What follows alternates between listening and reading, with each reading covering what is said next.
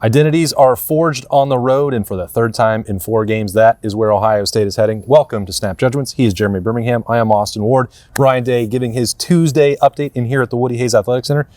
Going to get ready for a hard fighting team in Wisconsin, a well-coached team, and he said a good team, but that's certainly not a talent-equated situation. And that, to me, Birm, as I'm looking ahead to Saturday, 3:30 Eastern Time at Camp Randall, it's a little bit shocking to look at the talent disparity between these two teams. It's more than you would think, considering Wisconsin's tradition and the program's legacies and all that stuff. But I thought it was a good reminder from Ryan Day today. Like, Wisconsin's played pretty good teams this year. They, we joked about Wisconsin and the challenges they were going to have heading into the season because of their schedule. So now, like, the schedule's playing out the way we think it was going to. I'd say worse. Maybe a touch worse because the 37-0 loss. But you got to throw that one out, right? No, he did not say to But throw that out because it actually does sort of fit in the way the Badgers are playing. And it also, the Iowa offense, believe it or not, sort of fits in the way Ohio State's playing. So with obviously higher level players. But it is, Ryan Day is never going to sit here and disrespect another team. I thought it was important to point out that this team plays hard. It's like, because for Ohio State on Saturday, the issue was not talent. The issue was like, okay, we took our foot off the gas. And if the other team is playing hard the whole time, and Luke Fickell's team, I don't care what you say, Luke better than almost anybody in this business on our side of it. Luke Fickell's teams are going to play hard until the end of the game. Period. Yeah, that's what makes it, to me, like, shocking to look 1 through 85, because when Luke went to Wisconsin, I thought for sure that he would be able to elevate what Paul Chris did there. And think about some of the double overtime or the overtime games we've seen, Big Ten championship games between Wisconsin. Like, both of these programs did not build their rosters the same way, and it made for a fascinating contrast in styles. And I thought, well, if you can get some of that toughness, some of that physicality, and I continue to believe that Luke Fickell is a very good coach, and it's hard for me to wrap my mind around where the disconnect has come, because this, and I know we can point to the offense and like NIL, the offense. I mean, there's obviously things that every program is dealing with, but Luke went in there and changed the entire mindset of the entire. You started this episode of Step Judge. We'll talk about identities being forged. Like, Wisconsin was one of the most established identities in college football. Correct. Yeah. And like, that may have been a pretty gross miscalculation by Luke to bring in Phil Longo when he did and try to change the offense in Madison to a more modern pass-first thing that just can't work if you don't have high-level quarterbacks, high-level receivers, and an environment that allows you to spread the ball around. So it's an interesting matchup. Certainly Ryan Day, we'll talk more about it on Wednesday night and be a little bit more focused. I thought he seemed pretty tired today. Am I wrong? I'm tired. Do you think he looked tired? Felt tired? Sounded tired? He had a juicier post-game press conference and a lot more smiles than we typically see from him in that situation. I think this was a back-to-the-grind type press conference from Ryan Day, knowing, like, because when I say it's not for nothing, 3 road games in 4 weeks, and you could throw out the rest of the tape. Going to Camp Randall, their fan base, I'm going to be interested to see what the reaction is for Luke Fickell and the Badgers. They are always on edge when Ohio State comes into town. Like, I expect it'll be still a great atmosphere. It'll be hostile. And aside from that, it's the flights, it's adjusting your schedule, thinking back to, going across the country 2 weeks ago to Washington. Some of that can still wear on you. And I'm not suggesting that was the case in the fourth quarter on Saturday at Illinois as much as just human nature. But stacking those in a row, I think that does, as a coaching staff, as a player, as a record label, as a crew, all of that, wears on you. And I think that part is on his mind, like making sure that you manage this on a bloody Tuesday after a Wednesday practice to get them ready, because these are college-age kids. And even if it's an NFL team, 3 road trips in 4 weeks is going to be a lot.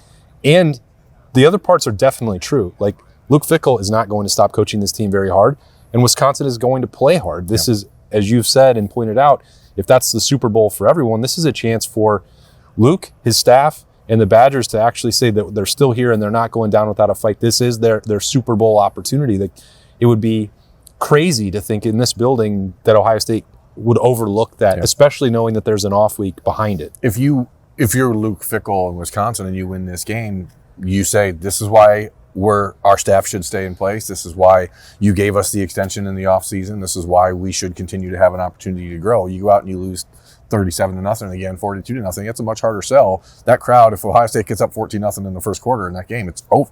Like it's over. They're going to leave. So there's a lot at stake for Wisconsin in a game, and for Luke Fickell personally, obviously against his alma mater and a team and program that he loves and helped build. So it's interesting. This was a very fascinating press conference. Like a lot of different discussion points, kind of all over the map. Very little about Wisconsin actually, which we're opening up talking about it because that's the game this week. But Ryan Day seemed to be avoidant when discussing the potential of Bo Jackson injury. We don't know. I guess we'll figure out more about that on Wednesday when we see what he looks like walking off the practice field. But he went back into the run game again, and again seemed to hedge a little bit to say, I'm not unhappy with where it's going, but it needs to improve. And are you hearing that the same way I am, which is saying, I'm actually unhappy with the way this is going and it needs to improve? What's the rule of snap judgments and a live microphone for Ryan Day? Yeah, nothing's an accident. So I actually believe him. And maybe this is an example of why I shouldn't always take it at face value. Maybe this is the first true example of him saying something that is not his true feelings, not how he actually feels about the direction of this program. But I think, he dipped into something that Bobby Carpenter mentioned on Monday during the live show at Roosters, which is that some of the red zone situations, it was 3rd and 3 and you got 4, then that's a productive run. Yeah. And if you're going to just use the counting stats and the yards per carry, it may not reflect efficiency and success in the run game. I would say that today he made it clear that he feels that there's room for improvement, but I don't think that he went as far as being unhappy about it. Yeah, I feel like this is a guy who's understanding that they are a third of the way through what they hope is their season, And so, why spend, you can't allow yourself to get completely bogged down in, we're only averaging 4.8 yards a carry this year, or we need to be averaging 5.6 or whatever. Yeah. There are obviously things that need to be corrected, but if you look at the offensive line as a whole, they're playing really, really well. We just don't know. As I said it on Monday at the live show at Roosters, I'm not sure if this offense is really designed for these running backs. I think Bo Jackson is the closest one at his healthiest to be the type of back, the type of versatility that he offers, the ability to hit a hole quickly, the ability to make himself small, the ability to come out of the backfield. I think Bo Jackson is the best example of one guy that does everything. And he had to play this. Ohio State, the run game had to play without him in the second half against Illinois, so it wasn't going to be the same. Yeah, and that's ultimately where I'm trying to figure out. And I didn't get to ask that question today to him, but when you have 20 carries for 41 yards after Bo Jackson leaves the game in the 3rd and 4th quarter, all you really need to do in those moments to avoid the 4th quarter issues is pick up a couple first downs on the ground. And Ryan Day had talked last week, if you have tendencies and you're not really good at anything. He said it today about talking about Jermaine Matthews and others. If you know what's coming, then they know how to stop you, and it's less successful, less efficient. Mm-hmm. But being a good running football team means we're running, and we're still going to do it anyway. Yeah, and that's what Ohio State turned into last year. It has not been that way this year. When the defense has known Ohio State is running, they have been able to pretty much stop it. And I'm throwing away the Grambling State game and the fourth quarter of the Ohio game. But it seemed, Minnesota is a top 5 rush defense in the Big Ten or in the country. They held Ohio State to under 3 yards a carry. Illinois held Ohio State to under 3 yards a carry. Texas held Ohio State to under 3 yards a carry. When you know it's coming and you can't get 4, then you have, I think, things to work on. And I think that Ryan's trying to thread that needle of overall, I'm not unhappy with the guys. I know, and I think that might be a realization that these players are not Quinshon Judkins and Travion Henderson. The other part is, and I just had this realization while you were talking about it, because you were mentioning last year and being able to run right at teams even when they knew it was about to happen to them. And I'm sure other people have thought about this previously. I think maybe you've even mentioned it before, at least going into the season. Will Howard's rushing ability completely changed the rushing attack and the threat that posed to teams. And I don't think Julian Saint is incapable of that. We certainly know that Lincoln Kienholz could do that if that was of utmost importance to use the quarterback run game for Ohio State. They've dipped into that a couple times. I'm definitely not advocating that they do that. If Julian Saint kept it a couple times on some of these RPOs or zone read runs and had decision makings and just offered a little bit more of a threat from that position. That's what Will Howard offered that doesn't exist in this iteration of the offense. So when we talk about Bo Jackson, CJ Donaldson, James Peoples, the fit in this, like why is it not connected the way for the explosives that they're looking for? I think there's a lot of times where you just like you're sitting in the press box. It's like, oh, if Julian had pulled that, which I know it is a hypothetical, and a defense would. What did CJ Stroud say? He's not a running back, right? So and I'm saying that seems to be the way that Ohio State is treating this with Julian Sands. So that means that the threat has to come in a different way. And we saw what one of those solutions was gonna be on Saturday. And if a block is made, Jeremiah Smith is probably coasting into the end zone from 40 yards out, and you get an explosive play, you get a Heisman stat pad, you get everything, and we wouldn't maybe be talking about some of that. I think that's when some of the creativity to me has to come up, where it is the pop pass, it is the jet sweep. I am a broken record on that, but we saw Ohio State try to get to that point on Saturday. I'm a broken record in that what we saw in 2021, when you didn't have Travion and Quinshon at their, it was a freshman year of Travion, but it wasn't who he became. You didn't have Quinshon as the complementary back. You didn't have a running quarterback that could throw a wrinkle in there. So they just threw it all the time. And I'm okay with that. So I don't care if Julian Sain doesn't run it. My problem is that if you're... But then what happened, and the reason that they have to keep working on it is because what happened when they got into a game where they needed to get third and short. And they got stopped there and that game ended. So it's just a very, I think it's a nuanced discussion, but some of it is just crafted around this idea that we're heading into week 6. Yeah, the regular season's halfway over, but if you accomplish your goals, if you hit the postseason 12-0, you have 5 more games. We saw an entirely different Ohio State team in the playoff last year than we did in the regular season. Sure did. And so there is at least proof positive that is a possibility. Zach and Bobby were talking about it a ton on Monday's show at Roosters.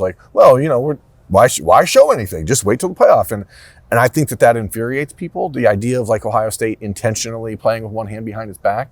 But as Ryan Day said during this press conference today, in the 12-man team playoff era, what's goal number 1? Win. It doesn't matter how you do it, just win. And he keeps winning.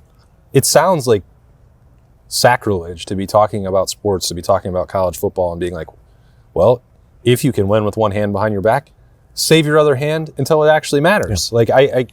I think that has to be part of the adjustment for expectations. And it really doesn't do Ohio State any good to win 50-0. No. It doesn't mean anything. No, and it's just, I think people are just so used to Ryan Day. It changed offense at Ohio State when he got here in 2017. And now here we are, year 7 of the Ryan Day era, and he's like a defensive head coach. not like he's defensive, but he's now become the evolution of Jim Tressel. So this team is taking on such a different identity than what we've, again, going back to that word, which has been a buzzword really since the start of the season. What is this team's identity? Maybe we're discovering what this team's identity is, which is a team that just wins football games. That seems like a pretty good thing to be. It's not bad. I don't know. Am I wrong? I think so. I'm going to go back to what you asked me, and I think the mood and the discussion about the run game may be tied up to the uncertainty about what is the severity of Bo Jackson's ankle injury, and we don't know as we stand here. They're going to be on the practice field for a Bloody Tuesday later on, and then Wednesday night, we'll be back in here to talk to Ryan Day, talk to a handful of players, and we'll see Bo Jackson and try and get an eyeball view of what's going on. So I'm not here to report one way or the other, but if you're sensing an elevation in concern, I would think that would have to be it, because it has been proven through the first half of the season that Bo Jackson is the guy that elevates the ceiling for the run game. And if you remove that and you go back to that earlier season version with just CJ Donaldson and James Peoples, we saw the lack of explosivity in that attack. Yeah, there was a staff member of the Ohio State Buckeyes football program on Saturday in Champaign, Illinois, who said to me, and I quote, "The run game will go as far as Bo Jackson can take it." And so if you have even a slight concern that Bo Jackson is not going to be able to be 100%, or that he might need to take a little breather, then you go, okay, now maybe we have to readjust some things. That's not meant to be saying that James Peoples and CJ Donaldson can't be effective. It's not to say that Isaiah West couldn't provide a similar type of spark than Bo Jackson, but it's clear when Bo Jackson walked in this building in January that everyone here went, okay, that's actually different than we anticipated it being. And he saw a 2,000-yard rusher come in here from West Virginia. He saw the anointed heir apparent to Travion Henderson and Quinshon Judkins and James Peoples. And he went, doop, doop, doop, and leapfrogged them both. And now you're sitting here going, but now what? So that's actually like the most interesting thing about this week is seeing Bo tomorrow night and getting a sense of what that actually means for him in this offense. But we'll see, because it's not going to really, it shouldn't matter this weekend against Wisconsin, although it's supposed to rain in Madison, I guess, from what I heard. So. Oh, well, thank you for that weather update, Brim Cantor. But Ryan Day did say... Jermaine. Yeah. So don't worry, we'll talk about it. I mean, I'm just saying weather is germane to the conversation. Oh, I'm sorry. I don't know why I immediately jumped to think about He's constantly just going to places he doesn't need to go. He's so good. Anyway, Ryan Day said directly that Bo Jackson, they expect him to get back to practice. The same is true for Lorenzo Styles Jr. None of that is guaranteed for Saturday because it's only Tuesday. They're not going to make those decisions until later in the week. We don't know anything further about Edric Houston's status for the Wisconsin trip either. That we are going to certainly be looking and asking Ryan Day about that Wednesday night during the lightning round. But I think for a snappy J on a Tuesday from Ryan Day, that's about all I got out of it. Yeah, I mean, there's plenty of conversation. Again, it was a fascinating press conference. Go to the 10 TV YouTube channel and watch it there if you are interested. A lot of topics, conversations about James Franklin, conversations about the transfer portal, conversations about all sorts of topics. What do people want Ryan Day to say about James Franklin being fired? I mean, I know that Ryan Day has elevated to this place as one of the few national championship coaches because on Tuesday, he was asked about the transfer portal. He was asked about, when you have to begin roster management decisions. He was asked about the influx potentially of private equity cash into the Big Ten, what that would mean. And I understand that there are a few opportunities to ask one of the most influential coaches in college football about the things that impact college football. But he's getting ready. He's 2 hours away, and he kept looking at the clock on Tuesday. And he's like, well, Bloody Tuesday starts in 2 hours. I'm going to get ready for practice, and we're going to do first downs, and we're going to try and create more turnovers, and we need to win in the red zone and have explosives. And that's what's on his mind. So I think I sometimes get to that situation with James Franklin specifically.